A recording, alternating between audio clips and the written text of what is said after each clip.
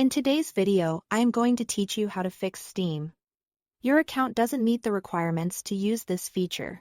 If you are seeing this message when trying to add friends, chat, comment, or use other community features, the most common reason is that your Steam account is still limited. Steam limits brand new or inactive accounts to reduce spam and abuse. The fix is straightforward. Make sure your account has at least $5 in total spend on Steam. This can be from purchasing a game, adding Steam wallet funds, or redeeming a gift card. It's a one-time threshold, and once you cross it, community features unlock automatically.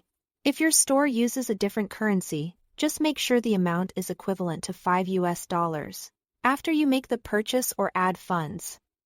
Give it a little time to update. Then restart Steam to refresh your status. If you've already met the spending requirement but still see the error, clear Steam's download cache. In the Steam client, open Settings, go to Downloads and choose Clear Cache. This removes temporary files that might be corrupted and interfering with the store or community pages. Note that clearing the cache can log you out, so be ready to sign back in. It doesn't remove your installed games, just temporary files. Next, do a full restart of Steam. Don't just close the window, exit Steam completely from the system tray or hidden icons near your clock. Then relaunch it. You can also log out and back in. This forces Steam to recheck your account status and rebuild certain connections. If the message persists, try running Steam as an administrator. Right? Click the Steam icon and select Run as Administrator. This gives Steam the permissions it needs to update itself, write to its folders, and properly manage cached data, which can help clear stubborn glitches.